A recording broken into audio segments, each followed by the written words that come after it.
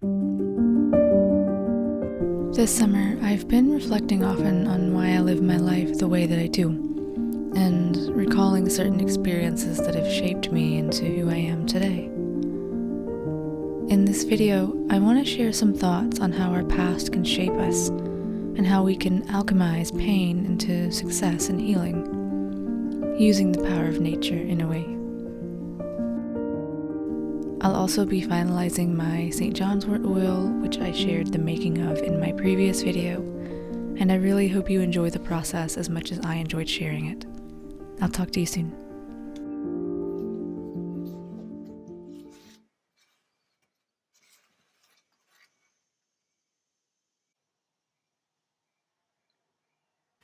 I really can't believe how beautiful this has turned out. This is my first year ever making an oil with the St. John's wort, and I'm so pleased at how the color has turned out. To me, this is like the most magical part of herbalism, is when you experiment and it turns out right, and especially the red color. I think that just adds to the magic.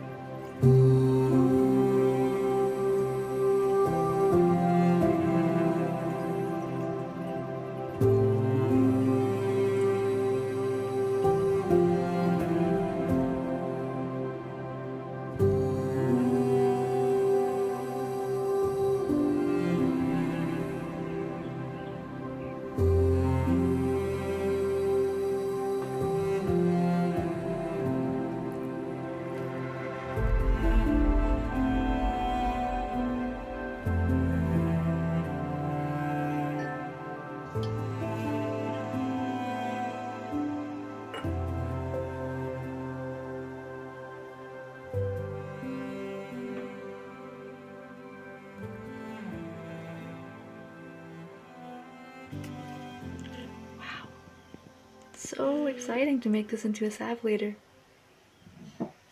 Of course, it won't be this brilliant ruby red in the form of a salve. It might be more of a pinky color because we're mixing it with wax and possibly shea butter, but we will see.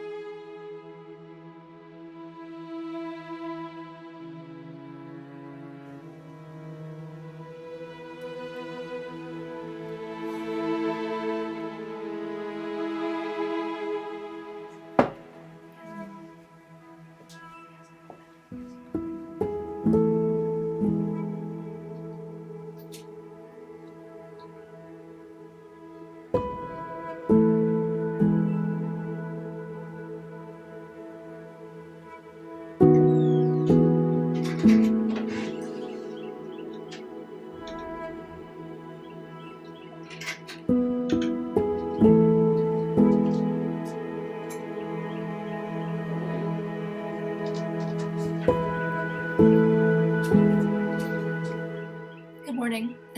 I have you propped up on The Evening and the Morning by Ken Follett and a box of candles, because this is a very small space, but I'm making do. But today I want to finish up the St. John's wort salve and even strain out my passion flower tincture. I don't know if you can hear me well in this situation, but we'll talk properly in just a minute. I'm going to get started.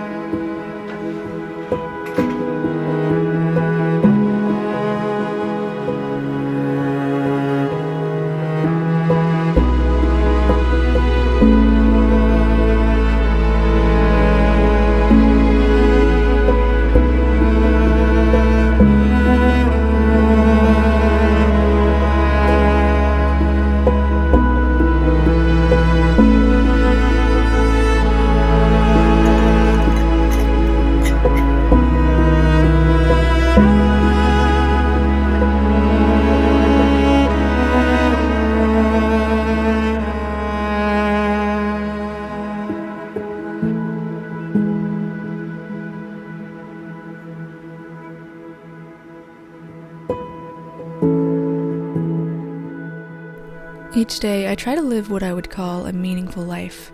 And when I'm carrying on a concentrated task like crafting a burn salve, I feel I'm succeeding in that. The tiny golden blossoms of the St. John's wort plant can be easily overlooked in the wilderness, yet there's so much medicine stored within their buds. St. John's wort is one of those folk plants with tales as old as time. The red substance within the plant is called hypericum, and can be extracted while the flowers are fresh. It's the healing essence of the plant, relieving ailments such as joint and nerve pain and various skin conditions. This only skims the surface of this powerful plant ally, but I am always learning more.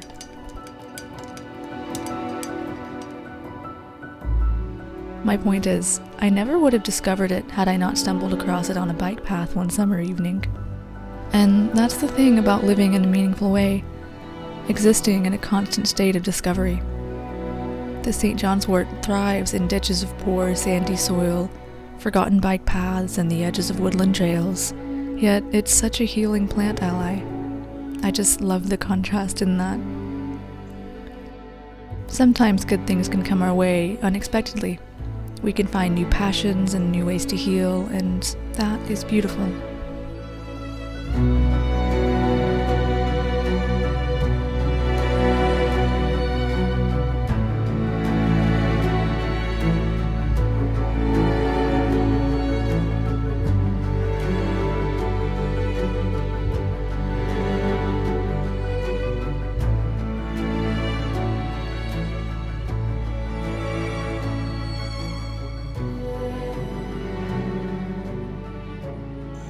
Everyone.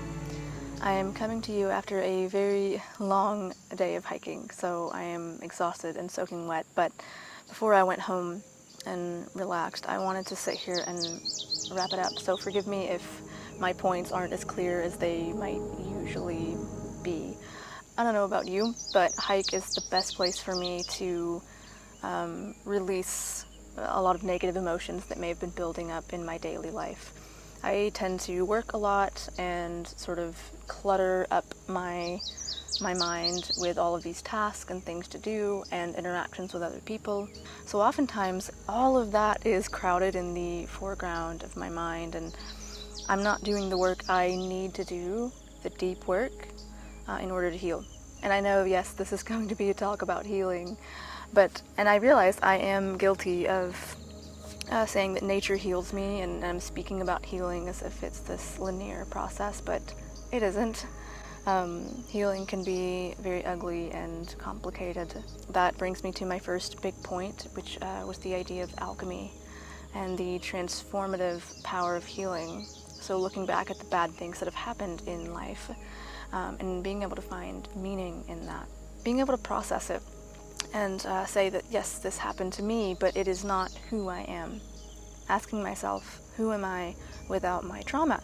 Who am I without these painful experiences?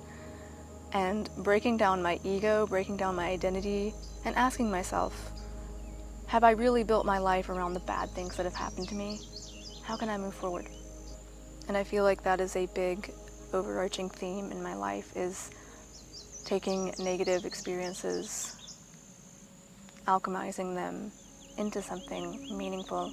We are not what happened to us. We have souls that exist beyond the pain. And that leads me to my last point, which is sometimes it's not about living a life full of happiness, but rather a life full of meaning. And I really like that, because life is not an endless stream of happy days, nor is it an endless trail of misery. You're gonna have good days and bad days. And this is different for everybody. This is just my personal opinion.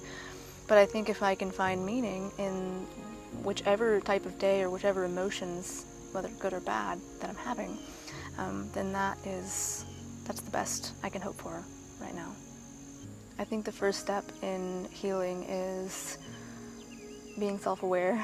So I am self-aware enough to know that I tend to carry the burdens of others, and I do not give myself time to really process the deep stuff and the dark stuff. And again, when I was hiking earlier, it was the perfect time to just think out loud. Hike is a very private thing, I think, that you're not surrounded by a crowd. You can speak how you want, you can unmask in a way. So I was able to do that and just uncover a lot of layers. The earth is so powerful, nature is so healing, and if you can, it's good to go out and meditate and give and release that energy. I don't know if I'm making any sense right now. I suppose my point in all of this is I can look back at my life and see the big picture now. I see all of the highs and the lows and the complex web that has been woven, and it's important to reflect on that, on those bad experiences and the good, and find meaning in that. I actually came here because I wanted to gather some mountain mint. I don't know, you probably can't see it behind me on this hedgerow, but there is not a lot this year, unfortunately. But that's okay. I'm going to let it be. I'm going to enjoy it and sit here with it and maybe just absorb some of its cleansing powers, and just know that it's doing its best, and so am I, and so are you. My foot is asleep and I'm sitting in the grass. I'm probably covered in spiders. If I can't get back in touch with you, I will chat with you in a bit when I get home. But I hope you've enjoyed this talk and this hike, and I hope you're all taking care. I'll talk to you all very soon. Goodbye. I had intended for this video to be so much more, but I'm tuning out my inner critic today, because I know that buried beneath my perfectionist tendencies is a nest of self-compassion, and a true desire to share from my heart. That is the essence of creativity. The old me never would have shared this video, perhaps because it was too vulnerable, or because my salve making wasn't pretty or professional. Either way, if you've made it this far, thank you. Take care and farewell until next time.